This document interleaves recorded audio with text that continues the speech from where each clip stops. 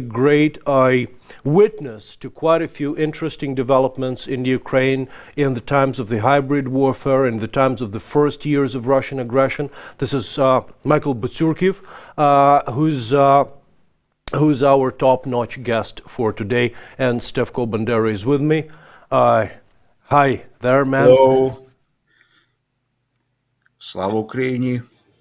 Героям слава. We have connection. Yeah, we do. Hope you can hear me. Yeah, we sure can. Okay, welcome great. to the show, Michael. Good to be here. Thanks for having me. You guys are, of course, in Ukraine. I'm coming at you from Winnipeg, and this is viewer-supported news on UMN, Ukrainian Media Network, and we're welcome to have Michael in the studio. Now, Oleksii, I don't know if you wanted to, I prepared a couple of videos. I don't know if you wanted to show them now, or do we have some questions? Of course, we have Michael on here today. Ukrainians will know him from his time prominently, perhaps most prominently during the aftermath of the MH17 shooting, and in his capacity of the Organization of Security and Cooperation in Europe.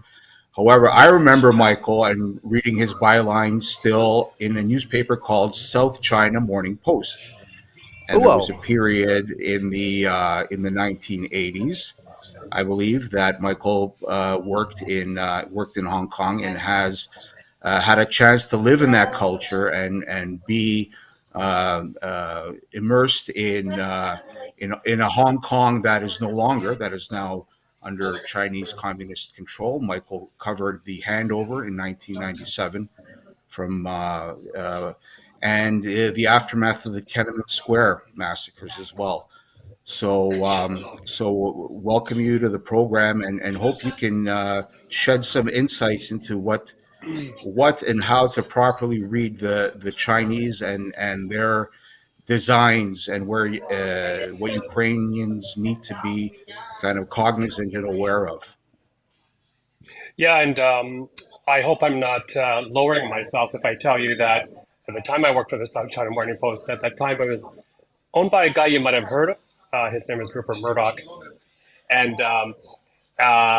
paper was well funded at the time, and they were the ones who sent me to Ukraine for the very first time ever.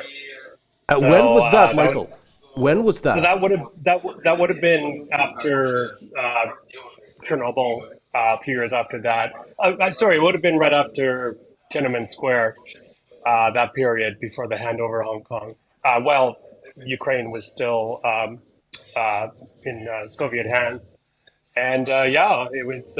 We did a lot of stories out of there, and about the kind of growing independence movement at the time. And then I was sent back later to do stories on Chernobyl, and that was quite interesting because you may recall when Chernobyl happened, I was with the Ukrainian Weekly in Jersey City at the time, and now this whole war is like history repeating itself. We have Europe's biggest nuclear power plant, Zaporizhzhia, in the hands of Russians. So I was on BBC, a few other networks in the past 24 hours, saying how concerned we are right here living in Ukraine with yet another nuclear power plant, the biggest in Europe, in the hands of Russian officials, being controlled by Russian state-owned nuclear agency. We fear either a mistake, like happened in Chernobyl, or some deliberate strike that will bring catastrophe to Ukraine and its neighbors. So, yeah, this has really been a war, again, of history repeating itself. The stealing of grain, the forced mass deportations of Ukrainians into Russia, the wanton destruction of Ukrainian cultural sites, hundreds of them, churches, museums, libraries. And just today, I was writing for CNN in an article coming out next week about how small and medium-sized businesses are absolutely being pummeled by this war. And I used the example of Prince Trubetsky winery in Kherson. They've survived 2 world wars. And in this war, their beautiful chateau on the southern banks of Dnipro has really been destroyed. And those morons stole apparently all of their collection of wines dating back 100 years. So this is the kind of thing we're seeing day after day after day. It's very sad to watch up close, but having said that, I need not tell you or your listeners about the irrepressible resilience of the Ukrainian people. Trubetsky owners and other owners of other businesses that have been destroyed, they're all talking about building back and building back better. So that gives us a lot of hope. We thought of talking China today, and Stefko is monitoring it pretty closely with this Mr. Whoever he is, writing for the international media, and basically the funny thing about this whole thing is that. But your first trip to Ukraine was in the aftermath of the Chernobyl disaster, and you are an expert in China to a very, I would say, I wouldn't say to some extent, but you are way more competent on Chinese issues than ourselves. And so, interestingly, this Zaporizhzhia thing was probably the only tidbit of criticism that we could find on this notorious Chinese statement that was published 2 weeks ago and that is still discussed by the world's analysts and journalists. And so the only tidbit of criticism was basically the Chinese stance on non-provoking any activity that could potentially lead to another nuclear disaster. So for the rest, it was definitely an anti-American, anti-Western, anti-NATO piece. But this is where they were actually trying to to sober up some of the Russian dictators and some of their military commanders. So what do you make of it? Michael, how do you see that? Yeah, well, funny you should say that, because I forget on what network it was yesterday, but we were talking about Zaporizhzhia, and I said probably the only people who have sway over Russia right now in regards to the proper handling of that plant, of allowing the IAEA in there, of allowing an exclusion zone to be established around the plant, are the Chinese. They're very pragmatic. As you know, nuclear clouds don't respect boundaries. They can float anywhere, so it's a world problem. It's just not something isolated here. On China, let's focus out a little bit. So, number one, they're very pragmatic people. So, number two is that their economy is not doing very well right now, especially after COVID. So, anything that disturbs the world economy, food, energy, things like that, will hurt them. One of the big priorities of the leader Xi Jinping is to establish energy independence for Russia. They're going, like India, they're going to be buying a lot of, they already are buying a lot of their energy from the Russians. If that flow is disrupted, it will have immediate effects on their economy. Number three is they're already feeling the effects of this Ukraine war in their own economy, but also in their own plans. What I mean by that is after COVID and because of the war, a lot of countries are working hard to realign their supply chains and lessen their dependence on China. So that means, for example, semiconductor chips. The United States is very busy right now pumping tens of billions of dollars into United States own capacity to build semiconductor chips in the state of Ohio, by the way. So the fear is that on that one, if China does invade Taiwan, which it will someday, we know that, then it will cause great harm to that whole supply chain in terms of chips, which are in everything, including the phone I'm using in right now. The Chinese are also, we think, concerned about what happens to Mr. Putin, a fellow autocrat, dictator, If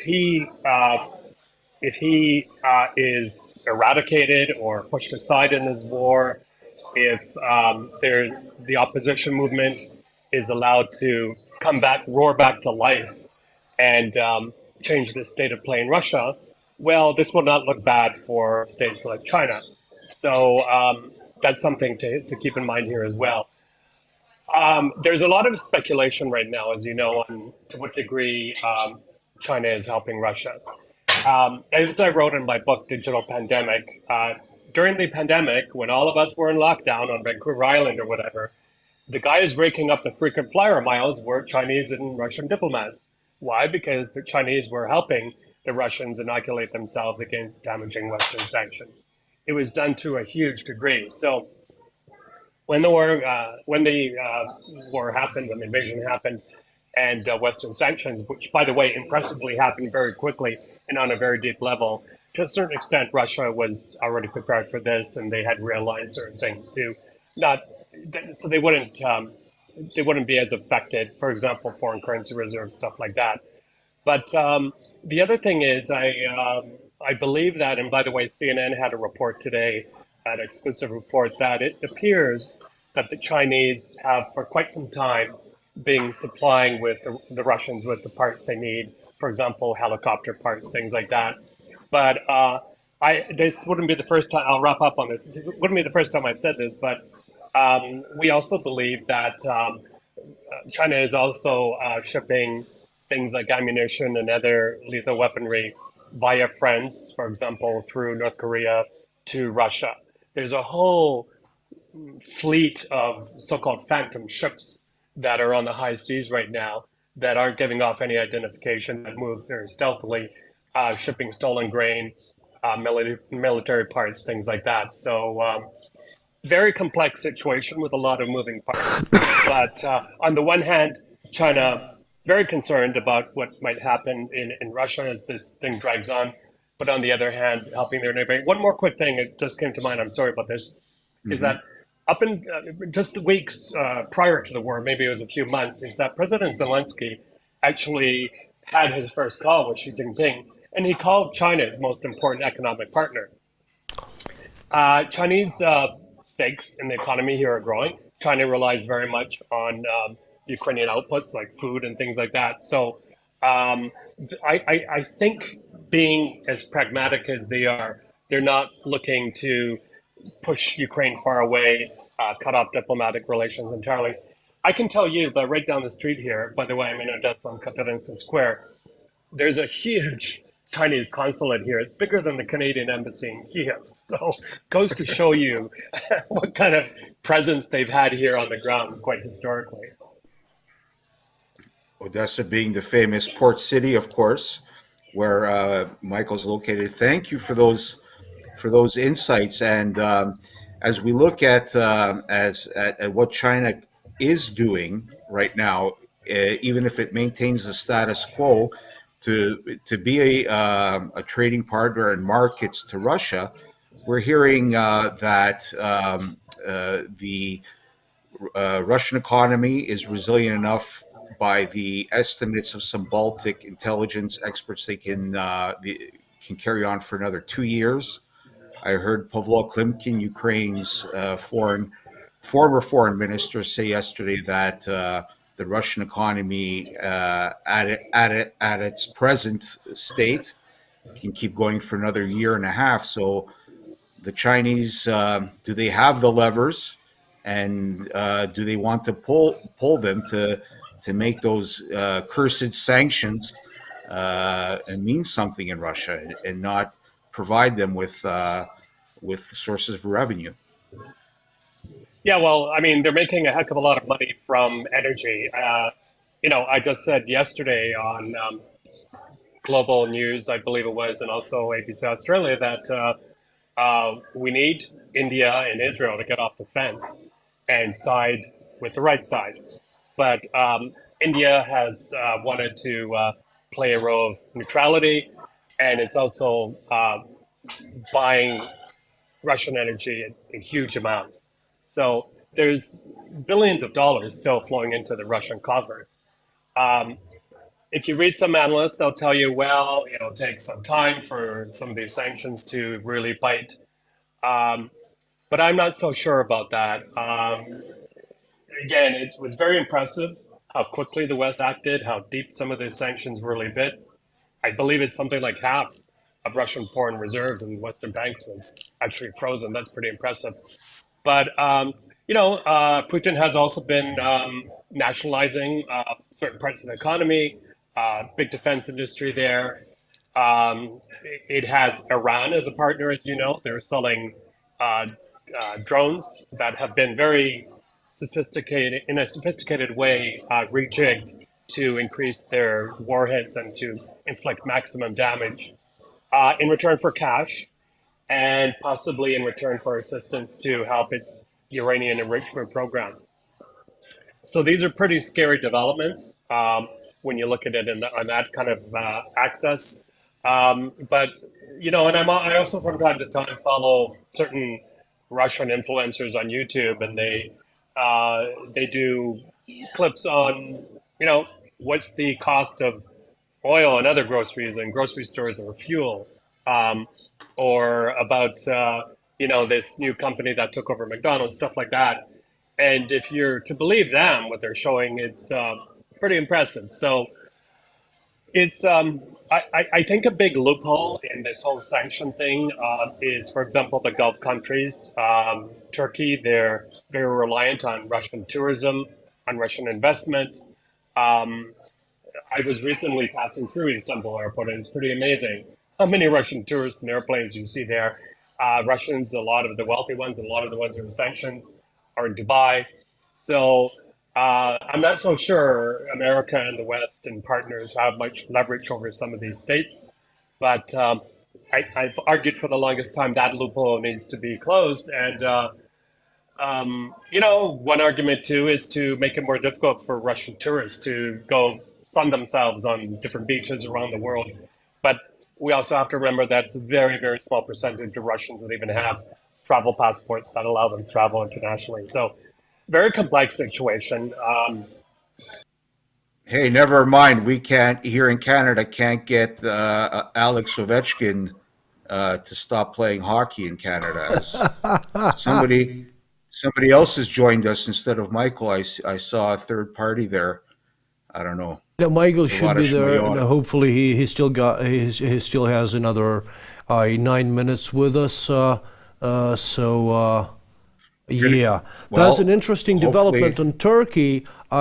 Michael just mentioned that we all know that Turkey was and still is a part of the of those gray zones that still do they still export, and they still take part in dealing with stolen Ukrainian grain from the occupied lands. But that was an amazing piece of news today from Bloomberg just a few hours ago. Turkey blocks transit of goods sanctioned by EU, US to Russia. And just a couple of weeks ago, we got this news. I think it was New York Times that did a story, quite a thorough and a pretty good reportage, piece of reportage from Georgia that was taking part in this I would say hub in this transit route to supply Russia with the sanctioned goods. So, but of course, in the case of Georgia, those goods were coming from Turkey, and now we got news that Turkey blocks transit of goods sanctioned by EU to Russia, which is a pretty interesting development at this point. And what do you make of it, gentlemen? Do you think it's going to be like? How serious it is, because Turkey was actually famous for taking part in quite a few shadowy scams with Russia, despite all the rhetorics and despite the solid help they provided to Ukraine. Well, I wouldn't give too much significance to this particular account. I mean, I cannot overestimate the role of Turkey in terms of, number one, helping to resolve this conflict. Number two, to negotiate the Black Sea Grain Initiative, which it does is the anchor of that. Erdogan, the Turkish president, is one of the few people who can pick up the phone and call Mr. Putin. He plays a very important role right now. He's facing re-election in the next few weeks. He's having problems because of the slow response to the Turkey earthquake and other incidents as well. The opposition has got together and put forward quite an interesting candidate. So, but I think he has the kind of gravitas, the heft to be able to play a really, really important role to broker some kind of, whether we want to call it a ceasefire or agreement to end the war or whatever. You got to remember as well that Turkey has enormous stakes in Ukraine economically. It's really, really important for them to keep these stakes active because it helps to prop up their own economy. I'm talking about things like construction. The biggest construction company in Ukraine is Turkish. I believe it's called Onur. Turkish Airlines used to fly to more destinations in Ukraine, places like Kherson, Odessa, and elsewhere, than Ukrainian Airlines International. It was the Turks who chaired. It was the Turks who chaired the OSCE when I was part of it here. Their diplomats are very active. They're one of the few embassies that didn't run out of Ukraine like Canada did. They stayed, most of them. So don't forget they've been supplying the Bayraktar drones. I think there was talk of actually manufacturing them here in Ukraine. So they're very, very important. And I think from what I can tell, President Zelensky, Ukrainian diplomats, Foreign Minister Kuleba have a lot of respect for them and the role they play. Again, they do rely a lot on those Russian tourists, on that Russian investment. But given the state they're in right now economically, they need that kind of income. I'm not forgiving them for that, trust me. But the other thing about Turkey right now, it's pretty much the center of the Arab resistance. A lot of people who aren't welcome in places like Egypt and elsewhere, you'll find them in Istanbul. So that's important to know, for people to know as well. Turkey, of course, has the presidential elections coming up in May, and there was talk of an opposition, the opposition backing a single candidate. I'm not going to venture to pronounce or find his name at this stage, but the analysis is that if the mayor of Istanbul or the mayor of Ankara had run, that they would kind of stand a chance to unthrone or unseat Erdogan. But who knows how that will play out and whether that'll have any long-term impact. In your point about Turkish Airlines flying to Ukraine, we know, of course, Ukraine is kind of a tourist destination for many Turks as well. It's that's right. So they would be interested in speeding up peace, you would think, instead of playing this duplicitous game. And that's all I have to add, Oleksii. I think that you were planning to show some videos that we should both Michael and myself should watch. Is it related to Chinese or to any other topics that we're discussing here? Well, because we had gone on the Turkey tangent, and I don't know how much longer we have Michael for. We lost him there again, but I do have a 2-minute video, of who says this week, the latest installment of Hu Jing. If I got it correctly, he is from the Global Times. He's a commentator for the Global Times, the official mouthpiece of the Communist Party of China. And this week, I was kind of hoping not to even talk about Nord Stream 2 because of the obvious distraction that it is in the American and in the Western media consumption world anyway, not to give it any air. But the Chinese did decide to give the Nord Stream 2 story some air and who's behind it. and now they're firmly saying that it was the U.S., that it's their firm conviction, and kind of backing Seymour Hersh and his reporting, his exclusive one-sourced report that Nord Stream 2 was taken out by the Americans. So if we can ask Dmitro to cue up the Who Says video, that's about 2 minutes long. We can watch that and discuss it. Can maybe do it in a small window, so we don't take up the whole, if it's possible. Here we go. New York Times reported that a pro-Ukrainian group sabotaged Nord Stream pipelines last year, citing U.S. officials. It sounds like several Russia-hating people who have no ties to national force conducted this shocking blast. No one will probably believe this nonsense. American journalist Seymour Hersh published his investigative report last month, claiming the sabotage of Nord Stream was carried out by the U.S. under the instruction of President Biden. This is the most convincing investigative report regarding the issue so far. Blowing up Nord Stream cannot be a terrorist organization-level operation.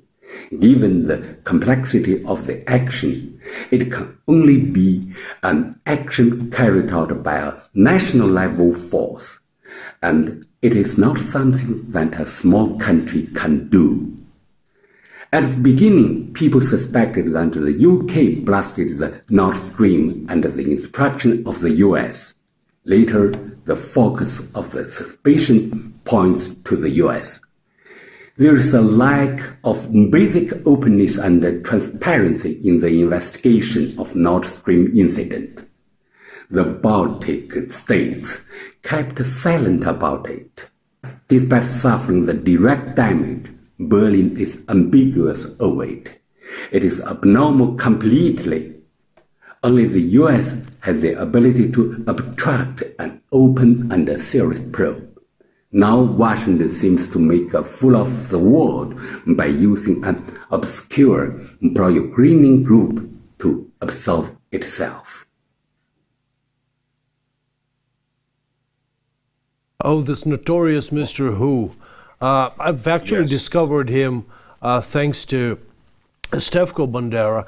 Of course, I know Global Times, but I was not aware that they were doing the video podcast in English. Interestingly enough, they are like, it's definitely a piece of propaganda, but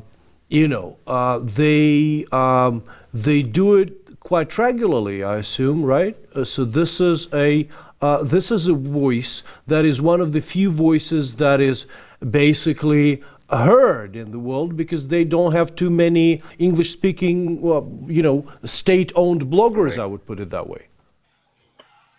Yeah, and the consumption of those videos is aimed at the English-speaking Anglophone world, and which includes, I would say, very important to stress, is India.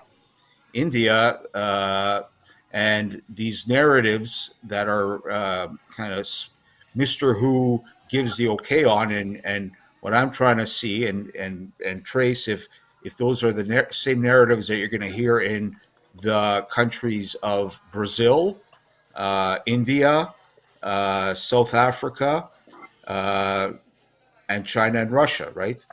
That seems to be the configuration that at least some Ukrainian analysts, one in particular, I heard a fascinating 1 hour dive into it by diplomat Roman Besmertny, where he talks about the fact that it was actually Brazil that this was putting forward peace plans in the United Nations, and that there is a constellation of the BRICS countries, various degrees of involvement, but Brazil, Russia, India, China, and South Africa. And I'm wondering if Mr. Hu's messaging is intended for the Anglophone component in that BRICS constellation, namely that would be South Africa and India, and all their fellow travelers. So I don't know. I don't know how to read Mr. Hu, what to take seriously, what not. He seems, they call them the Wolf Warriors or the Wolf Warrior journalists, but he seems to be speaking with a forked tongue. And the significance sorry, I got cut off, so I didn't see the entire video. But I can tell you one thing is that whatever Mr. Hu, whoever he is, won't say anything that'll contradict the line of the Chinese Communist Party. That's number one. Number two is, I'm glad you brought up the term Wolf Warrior diplomacy, because the Chinese have been very active in that, including meddling in Canadian elections, if we're to believe the intelligence reports. But they've also been expanding their footprint media-wise. Actually, I was on China Global TV Network the other day, first time on there. We had a discussion about it internally, whether I should do it. And we thought it's way, way too important to miss the opportunity to give them the point of view from Ukraine. 2.5 million subscribers on YouTube alone. And Steph, I'm glad you brought up the BRICS thing, because I was just talking to Kira Rudik. She's the head of the Holos Party here, one of the most impressive parliamentarians I know. She was supposed to be in Africa right now, talking to the South Africas of the world, people like that. But because of the new travel restrictions put in place, she can't. But it goes to show you that there's a real need for Ukrainian English language programming. I think that's where he was going. Yeah. Sentence, that idea. No, well, he's absolutely right. He only had half an hour of his time, but hopefully Michael would be back for a minute or two to finish what he was saying. But following Mr. Hu is basically probably an easy way to get this, summary, to get this digest, a reader's digest of the communist press of China. So we definitely gotta do it in our own way. And thank you, Stefko, for introducing this marvelous piece of propaganda that we still have to fact check and to follow, but this other way. Yeah, the significance, of course, of this is that, for me anyway, is that they're endorsing the Seymour Hersh narrative reporting that is widely cited and widely impactful here in the West. So it's that connection that they're saying Seymour Hersh got it right on the Nord Stream 2 issue.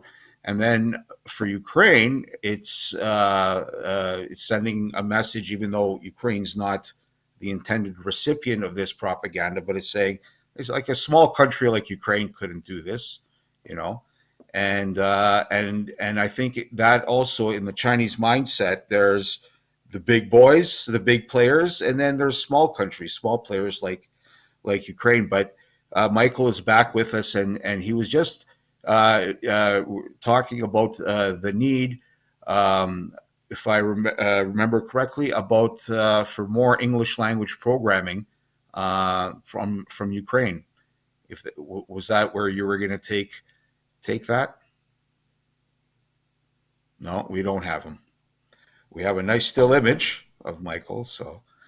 Yeah, but hopefully, anyway, Michael was there for half an hour, and hopefully we'll have him again next Friday or the other late night or early morning Second Front show, because there's quite a few things that we have to focus on, including the Chinese influence and the news on this parallel imports to Russia and many other things.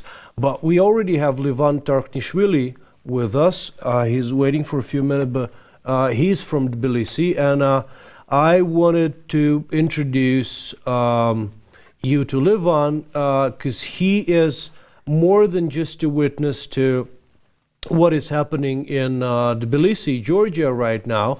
He also knows very well all the ins and outs of the local judiciary system, of the local legal system, and the ways that the Georgian Dream, this Kartuli Otsneba party, could potentially trick and falsify and try to get through all the troubles that the protesters and the Tbilisi and the new Tbilisi and Maidan was creating to the pro-Russian party there.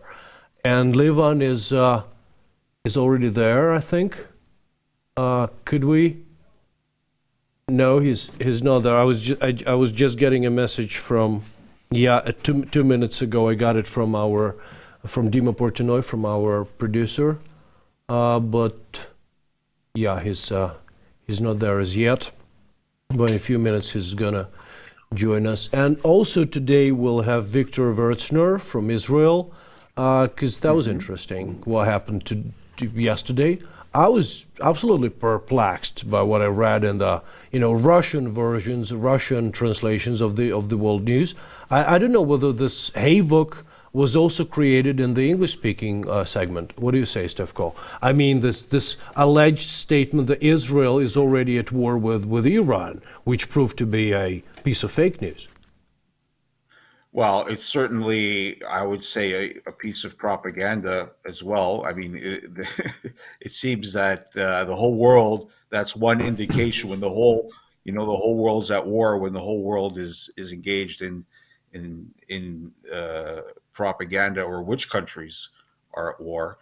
And it hasn't made much of a splash here. In my information bubble anyway. The big news here is some financial problems on Wall Street that are causing concern vis-a-vis Israel and Iran. I really don't have much insight, except to say that I have seen some activists who were previously involved in fighting for the families of the rights of the families of the victims of Flight PS752 now move on to take part in what they call the revolution in Iran. So it certainly seems like Iran is, and the internal domestic developments there is something that deserves a lot more focus, and that neither you in Kyiv nor I in Canada are able to provide. So no use speculating there, except to say that that there's movement among the Iranian Canadian community, and of course, if we're still waiting to be joined by our other guests, I can just provide a little update to what Michael mentioned about Chinese alleged meddling in the Canadian elections, which this is gathering. Political storm clouds are striking lightning over the Trudeau's government, and questions of who know what when. We know now that this week it was announced that authorities are investigating two possible police stations. Once again, this theme of Chinese police stations that the FBI actually tipped off, or let's say American officials tipped off Canadian officials about. Two more Chinese police stations, potential ones being investigating Quebec. And journalists have found through their contacts that the Canadian government was aware of Chinese activities, and basically the way the Chinese bought influence is making donations to foundations or to charities, or endorsed certain candidates in the candidate nomination process, helped people gather votes and signatures. So what happens in Canada is that before every election, people can join a political party at any time, but if they want to affect the nomination outcome of a candidate in a particular election, they all of a sudden buy a bunch of Liberal Party or Progressive Conservative Party or NDP Party or whatever party memberships, and then they have the right to go to the nomination committee, and then by sheer numbers vote in the candidate that they prefer. So in Canada, the only minister who is confirmed seeing memos in the past, and apparently there was a memo in 2019 about this that was prepared for the government by the Canada Security Establishment. And the only minister that saw it is Bill Blair. He was the Minister of Public Safety back then. He's now the Minister of Emergency Preparedness in Canada. And that file is not going away. And opposition politicians are calling for an inquiry into it. The ruling Liberals are saying that's just a waste of time, that's just a waste of taxpayer money, and they seem to be content with doing it within the investigative parameters that a parliamentary committee has to offer in the Canadian context. But it's not news. The Chinese, play the game, and by sheer volumes of people and numbers are able to do so. So using their influence in Canada, and Canada's been kind of oblivious to it. The Canadian elite and the Canadian government has been happy to take their money. Let the Chinese in, price Canadians out of the market. But their money, doesn't stink. But that's, man, that's absolutely insane. When I listen to this story, I know it's a reality, but, I immediately got a picture in my eyes of so many, I don't know, Khashoggi cases being hidden from the public view, potentially happening in such a place as a Chinese police station in Quebec. That's the thing. And apart from this, political influence and whatsoever, it could be an instrument of absolutely dark vendettas, or I don't know what else they were doing there, but just meddling with local political parties and trying to buy some influence, being cash bags for some dirty operations. Is there any information on that? Well, one word, fentanyl, I would, but that's a whole different other discussion. I see we are joined now by our guest from Tbilisi, so I will hand it over to you, Oleksii. Please introduce me. Hello. Greetings from Winnipeg. I want to introduce you to each other. It's the moment that I've been waiting for quite a while. As this is Levan Tarkhnishvili from Tbilisi, Georgia, and this is Stefan Bandera from Winnipeg, Canada. We got this week of protests, and it was absolutely amazing to watch this democracy in action. And to some extent, Georgia won. You got this draft law, this draft law that was introduced by the Dreamers, that is no longer an issue. But is it a real victory, or is it a stalemate, Levan? What do you think? What do you make of it? Hello, I'm glad to join you. It's a victory, but it's. If we compare to the war and battles, we win battle, but we have not win war yet, because the people who initiated this law, this draft law, is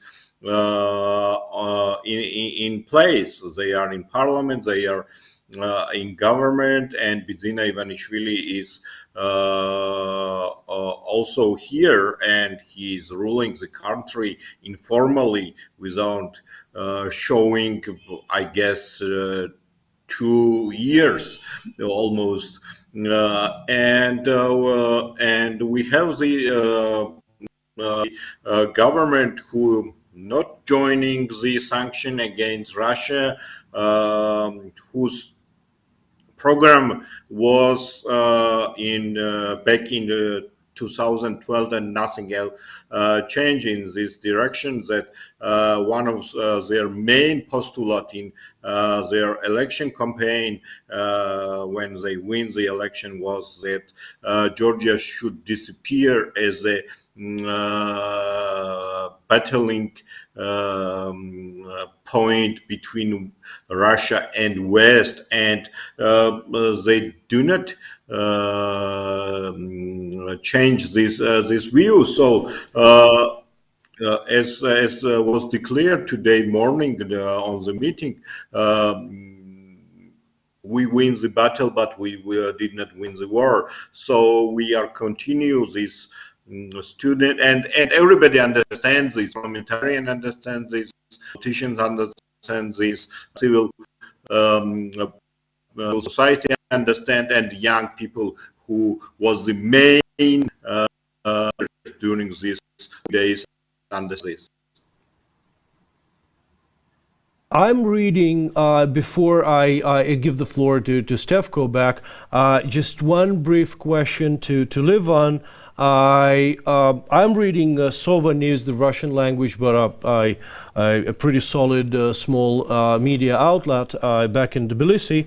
And there was a statement by one of the dreamers, by one of the Bidzina Ivanishvili party members of the parliament, who claims, now I try to translate the title, so the member of Georgian Dream, quote unquote, fighters are coming to Georgia from Ukraine, the fighters that are planning to provoke the civil war. That's a stance that we've been hearing for quite a while, starting from Salome Zurabishvili effectively being elected president 5 years ago. We got this attempts by the Georgian Dream to blame again, the foreign influence, the foreign invaders. It looks like Belarus to me. It looks very much like Lukashenko to me when they're trying to search for Polish or some, I don't know, provocateurs from the Baltic states. But what is behind this statement? Were there any arrests? Were the Ukrainian community in Georgia somehow affected after or before this statement by this certain Gia Volsky, this MP from Kartuly Socneba, from Georgian Dream? It's very ironic that this statement was made by Gia Volsky, who is well-known KGB guy. He used to be the Communist Party functionary back to Soviet Union. As for the Ukrainian community here, as far as I know, nobody yet was arrested or questioned. And as for their participation in the demonstration, there were people, Ukrainian citizens or Ukrainian nationality. There were Russian nationalities, people who joined this action and protested against this. But it's absolutely nonsense that somebody, fighters from Ukraine arrived here and they are going to do to make some cope or civil war initiative, civil war. And it's not new stuff. I can mention like 5 or 6 or even more cases when national movement, opposition, civil society organization, or all together or somebody else was blamed for a coup or initiative of civil war and so on. It's like 5 or 6 criminal cases opened by prosecutors office of Georgia against opposition in the cases like these, and as far as I know, they never closed. So it's nothing new, and I would not take it very seriously. Let's say, let's put in this way.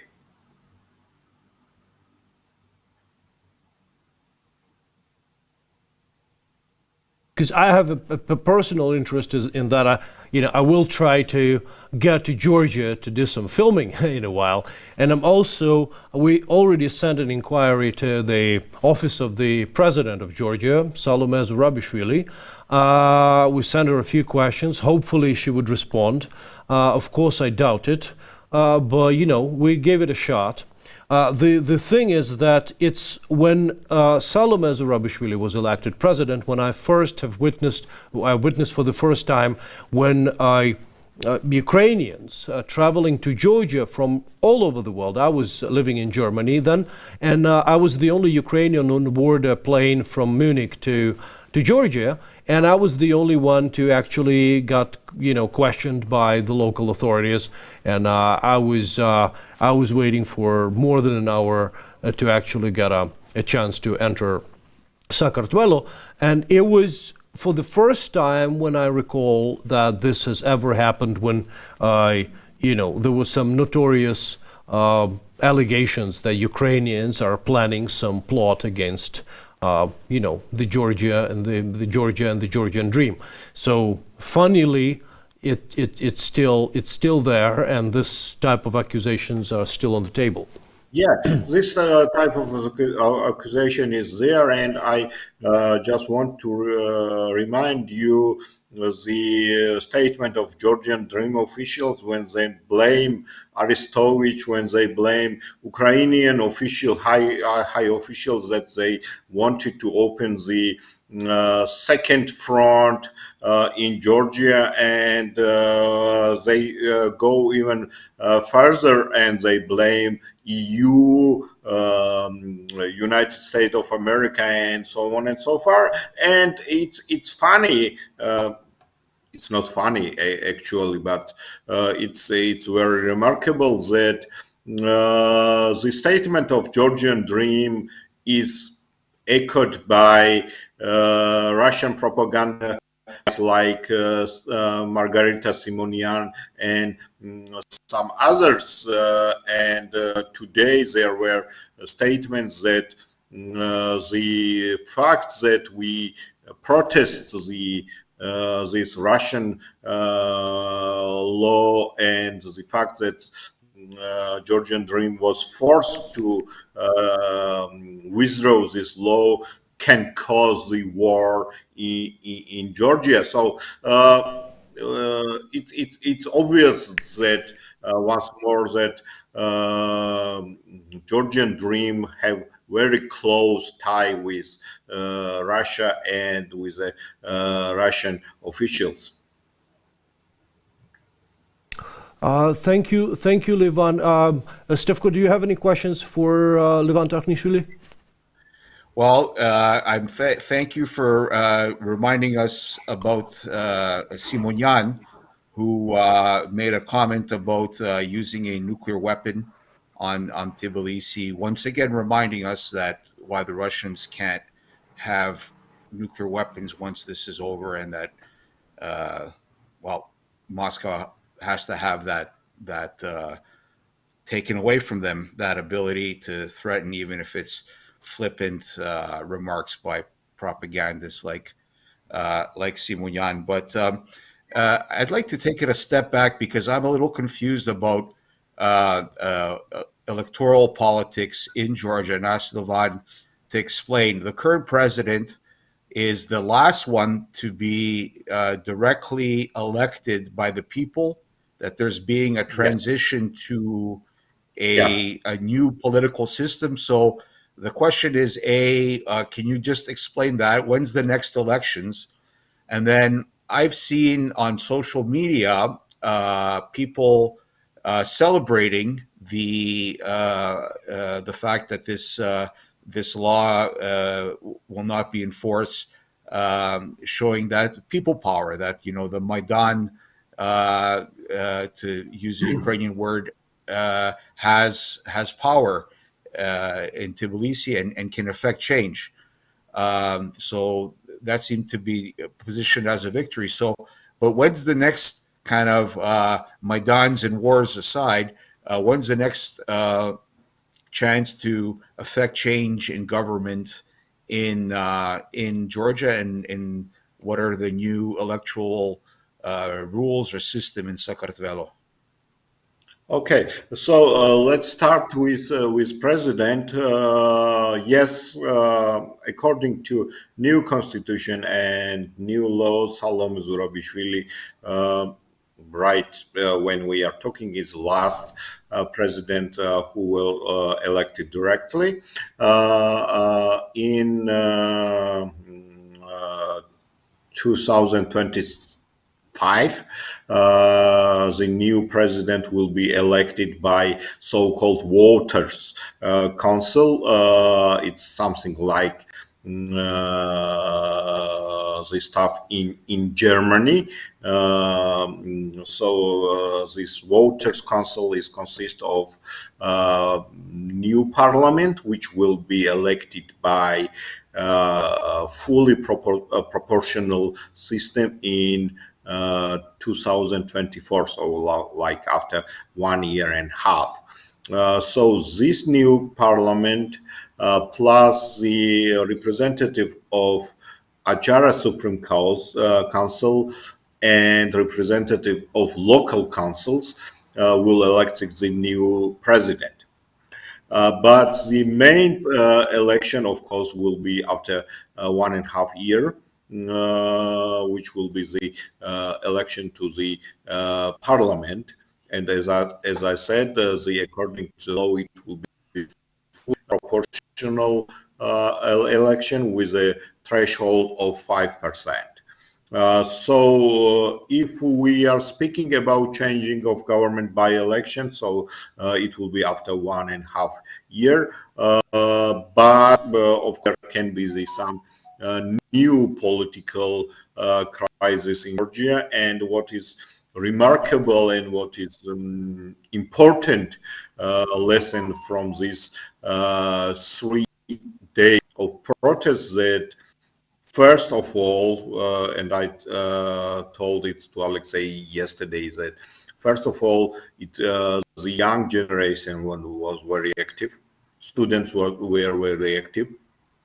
And also they see their power, and they see that it's sometimes able to respond to the road police and to the violation of their right. So as I said, this stages is finished, but it does not mean that new stages will not open. We can have another crisis, a political crisis, when Georgian will not receive, if we will not receive the status of candidate in European Union, which the decisions should be made during the rest of this year. So this can cause another demonstration. So the changes can happen sooner than election is planned. But if we are speaking about elections, planned election, it will be after 1.5 years. Thank you, Levan. Thank you so much for your contribution. We'll definitely get back to this conversation next week, because from what I see and from what I hear, it's we probably would not expect a brutal or I would say a very dramatic development during this weekend. However, again, this is Georgia, this is Caucasus, and this is Bidzina Ivanishvili, so everything or anything is possible. Everything is possible, and just one remark. I just when I was waiting for your launching to your program, I just see the statement of Girchi for freedom. They are calling for a meeting tomorrow by 5 o'clock. So this is continue. Cool. So we'll follow that. Thank you so much. It was Levan Tarkhnishvili, a Georgian politician and former head of the electoral committee for Georgia. 10 years ago, he was actually in charge of presidential elections back in Sakartvelo. We have Viktor Vertsner from Israel. Finally, we started doing the English language podcast, and Viktor is with us, and Stefan Bandera is here. I got a brief one for you, and then I leave the floor to Stefan, and I'll rush to catch a train to meet up with our team in the Western Ukraine. But I couldn't miss the chance to talk to you. Basically, yesterday we had this absolutely insane bit of propaganda that sneaked into the Telegram channels and even some of the more or less serious media, still being, social media, but being more or less reliable and basically quoting some more or less reliable sources. They spread the fake news that was there for almost half an hour, making us all nervous, and they misquoted Lloyd Austin talking in Tel Aviv, I believe. And basically, it was the state of alert in Ukraine for half an hour when everyone was expecting a new war in the Middle East. And we were myself and Kostis, our partner for the Monday and Tuesday broadcast, everyone was basically, in the state of red alert. What the heck was that, Victor? How could they happen? And was there anything was there anything like this in Israeli media, in the Middle East too? First of all, guys, thank you for having me, and kudos for doing that in English. Finally, it is important. As for those fake news that I witnessed myself yesterday, that was quite a good example of misunderstanding. I hope so, at least. It was a misunderstanding or mistranslation of the press conference that actually took place in Tel Aviv yesterday with American Secretary of Defense and an Israeli Minister of Defense. Actually, what was said was totally different. But it is a Middle East. As you said, it was Caucasus and Georgia, and now it's Middle East, and everything is possible here. So we have a complicated situation. And of course, obviously that such a misunderstanding could be possible every day, because that actually can be true. That actually can be true, but we do not know, and that wasn't said. Yeah. Fascinating. In the fog of war, things you don't know what's true and what's not. But is there a sense that there is in Israel that it's time to give it to Iran? That it maybe now that there's war happening, maybe it's time to have a war with them now. Is there any sense of that? There is, because let's concentrate on what we do actually know at this particular point of time. And what we do know is that the Iranians have certain amount of enriched uranium to the grade of 83 or 84%, if I'm not mistaken. and they need they need exactly 12 days to get enough amount of military grade enriched uranium to build one nuclear bomb. This is not.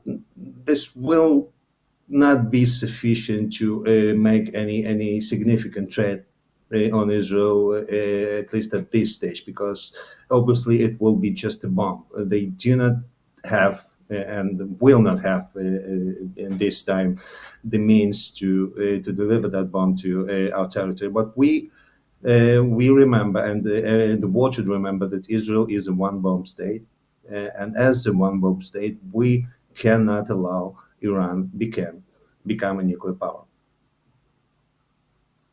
Right. Yeah, clear. Everybody's got to get rid of their nukes. Everybody has to get rid of their nukes.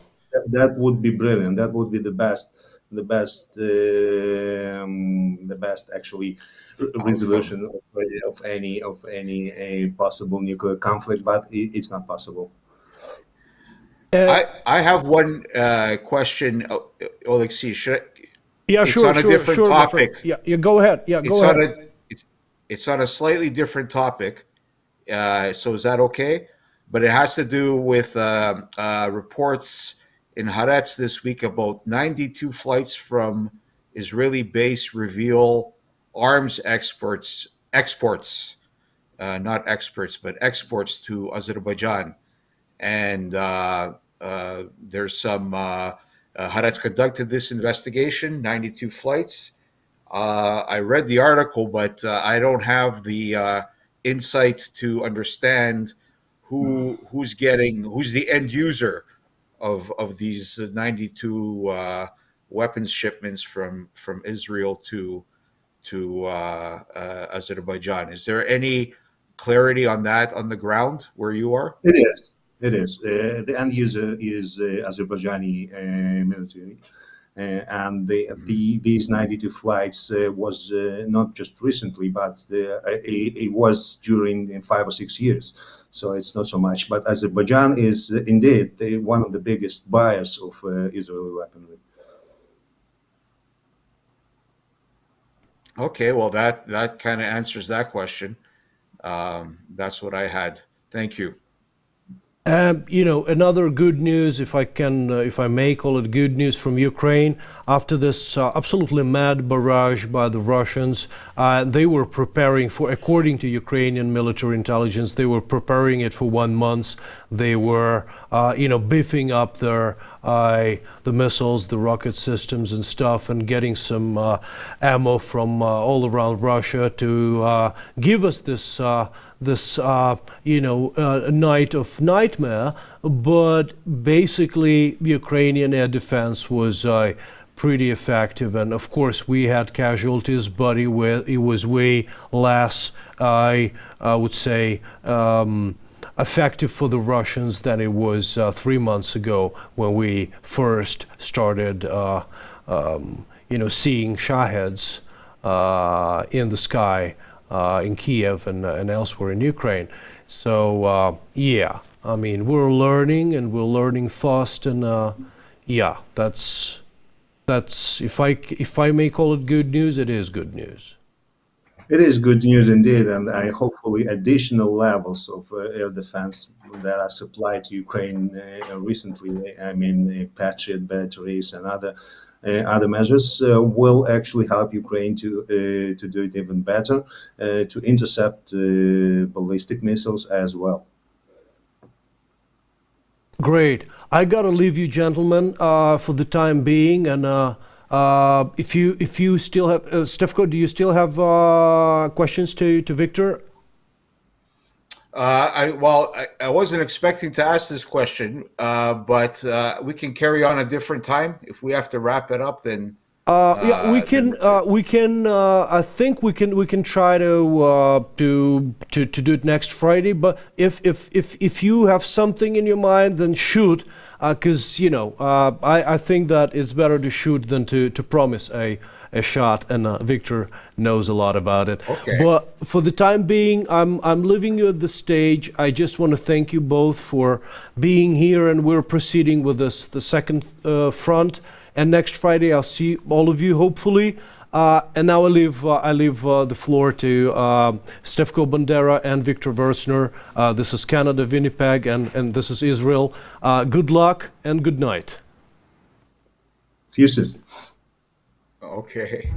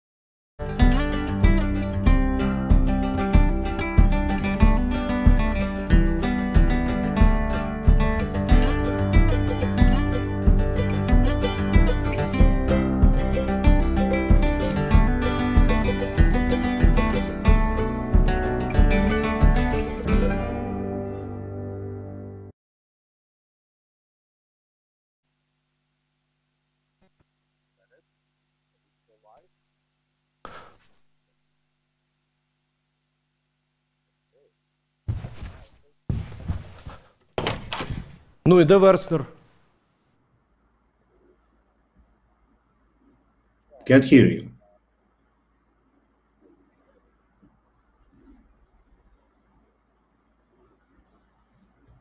We have a sound problem.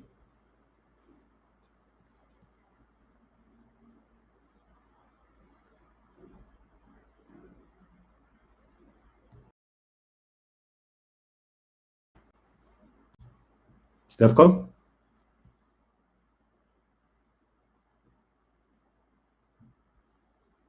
Can you hear me? Hello? I don't know if we're still actually streaming or not. We have some kind of sound problem because I can't hear you loud and clear. Can you hear me? Yes, I can. Okay. My audio is on. I can't hear you. Yeah, my audio is on Okay. as well. Okay, let's try it like that.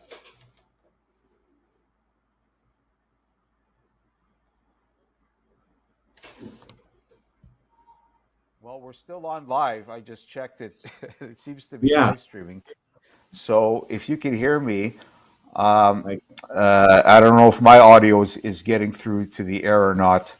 But I would ask a question about a guy who purports to be an Israeli, but he's very big in the propaganda scene in Russia.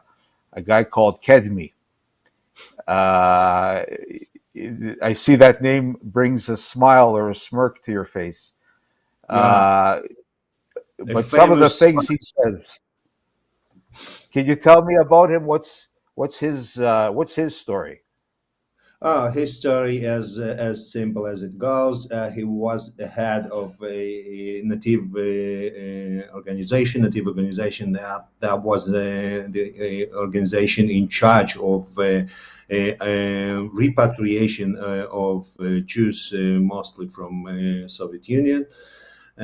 Actually, they did have some ties to intelligence, but that was before his watch. So he has never been a spy. He has never had any connection to intelligence community, but this is how he is presented in Russian media. Right, and he's always on the talk shows, and some of his statements are you can see the Solovyovs and those types of people really cheering on for him. So that man is a kind of a mystery that is becoming, it's clear, clearer whose side is on. Um, we Mr. had Ritol, earlier. yes, sorry for that. No, Mr. Ritol, in my opinion, he's just been well paid. That's what I think.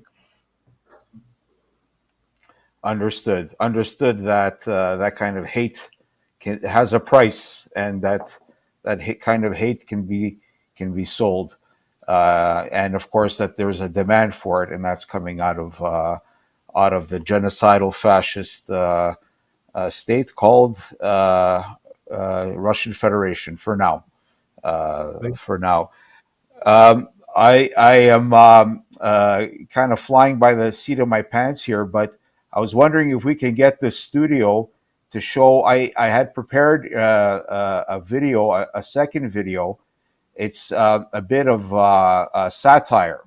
It's a bit of a satire that was on Twitter with regards to the Nord Stream 2 pipeline explosion. And I don't know if in Israel, but out here in the Western media bubble, it's kind of important, and it is getting some traction. Earlier, we played a video where a Chinese Communist Party spokesman is kind of endorsing the version of events put forward by legendary investigative journalist Seymour Hersh on his to launch his new Substack account. He wrote about this one source putting Biden to it, and of course that got picked up in the Western media, and the traditional the so-called tankies, the people that tend to be pro-Russian and pro coming at it from a pro-left, pro-Russian a weird kind of place, and they pointed to the fact that Bellingcat, the investigative journalistic organization, did not investigate Nord Stream 2 using open source like they do, and that therefore that silence is telling that in fact the fact that Bellingcat did not find out who exactly blew up Nord Stream 2 shows that there is somehow that the U.S. and the U.K. or Western powers are behind, and that narrative got picked up by a journalist by the name of Glenn Greenwald, who for Ukrainian viewers might be an unknown name, but he is certainly a big name in the journalistic community out here in connection with Edward Snowden and WikiLeaks and if the studio, so Elliot Higgins, the founder of Bellingcat, responded to Glenn Greenwald and his fellow travelers on the issue of why Bellingcat's not investigating. So if I could ask the studio to play the OSS open source satire video, that would be great. And I'll just read the text along with it. Geez, I don't know if we have the studio anymore. Well, we lost the studio. Okay, so I think we're just talking. We're just talking. We're not even on the air. Oy. Doesn't matter. But actually, in my opinion, there has to be a motive on that matter. And I can't see any motive from any, let's say, Western powers or even Ukraine to doing that. It might be some private initiative, in my opinion. But right. Once again, I do not have enough information to make any conclusions based on the evidence. Right. No, we're still streaming. You and I are still streaming. So look at that. You are in Israel. I am in Canada. The studio is in Ukraine, and they left us out here. Well, Israel has lived in a state of war almost for its entire existence. Pretty well. It has had to. War is always in the background. does it? In Ukraine, it's been a year, but the prospect of this war being there all the time and constant is it's pretty hairy, pretty scary. I think we have the studio back now, and if the studio is with us, I might ask that they play the OSS video that that I'd prepared. That's showing the response, the open source satire response to the Nord Stream 2 allegations. No, still don't have that. So, Victor, how do you live with that with war constantly there? It looks scarier from outside because we have some terrible terrorist acts recently, even yesterday, even the day before, and yeah, there is always some military situation here in Israel. Almost always, not always, but actual war. Okay, I can recall certain operations in Gaza Strip. I can recall 2006 Lebanon war, and there's no war at the scale that we are witnessing nowadays in Ukraine. The last war at this scale we had at least let's say it was first Lebanese war or even Yom Kippur war. No, it is not even. It's totally different. But the state of war or the state of alarm, yes, it is constant here. Yeah. And Israel, of course, nation state, a democracy that is supported by the West in a very unfriendly territory, with the war being there, and certainly a little bit, I don't know how much terror is a little bit of terror, but the prospect of it is daunting, and the prospect of that of living like that is certainly something that nobody out here in Winnipeg, anyway, for lack of a better example. So it's better, yeah. So I don't know if you have any questions for me. I'll be happy to answer. Otherwise, I think it's time. No, actually, that Israel is an only democracy in the Middle East, and this is questionable by now because we have an internal crisis, the major one, the biggest crisis since the Declaration of Independence, we have a. Let's think about this situation with Iran and the internal crisis in Israel right now, when hundreds of thousands of people going through the streets and protesting against the recent government who actually tries to make Israel less democratic state, because they are trying to actually delete the independence of the branches of government, and this is not good. And we are fighting for our country right now inside our country.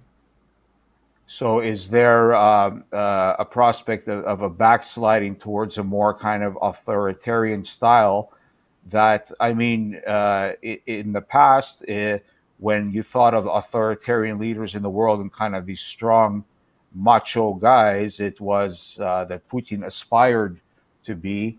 The Erdogans and the Netanyahus, they were certainly in that category that were the strong macho guys. And then Netanyahu left, and now he's back again. Is this wave that brought him back? This wave actually brought him back, and he tries to be like Putin's wannabe, and not of course in all aspects, but in some aspects he tries to be Putin's wannabe, and of course he have serious accusation, and and trial is going on, and he just wants to actually cancel the independence of branches of government, and this will make Israel much less of a democracy. Right, right, and the banging of the war drums lends support to kind of like a more of a wartime footing, and less curbing of civil rights. In Ukraine, of course, people are voluntarily abiding by things like curfews and things that in peacetime would be considered violate human rights violations. But we see it happening, and it's one thing when your own government is doing it to you, and while in Ukraine that kind of leads to Maidan. Is Israel having a Maidan moment? Israel is having a Maidan moment recently, right? Wow. Well, that's certainly underreported out here. In the West, where I'm sitting anyway, and it goes to show how important these conversations are of people and journalists working in different information bubbles to share, because make our bubbles bigger and wider. Yeah, Yeah. You're totally right. But we will prevail. Well, my friend, yes, we shall overcome. Борітеся, поборете, as Taras Shevchenko said. І нам Бог всім допомагає. Дай Боже нам помочі і до перемоги. До перемоги. Окей. Ну що, я думаю, будемо завершувати ефір. I think we're going to be wrapping up. Якщо, то я не знаю, студіо, go ahead, завершити ефір, or we just hang up, and then the live stream keeps going.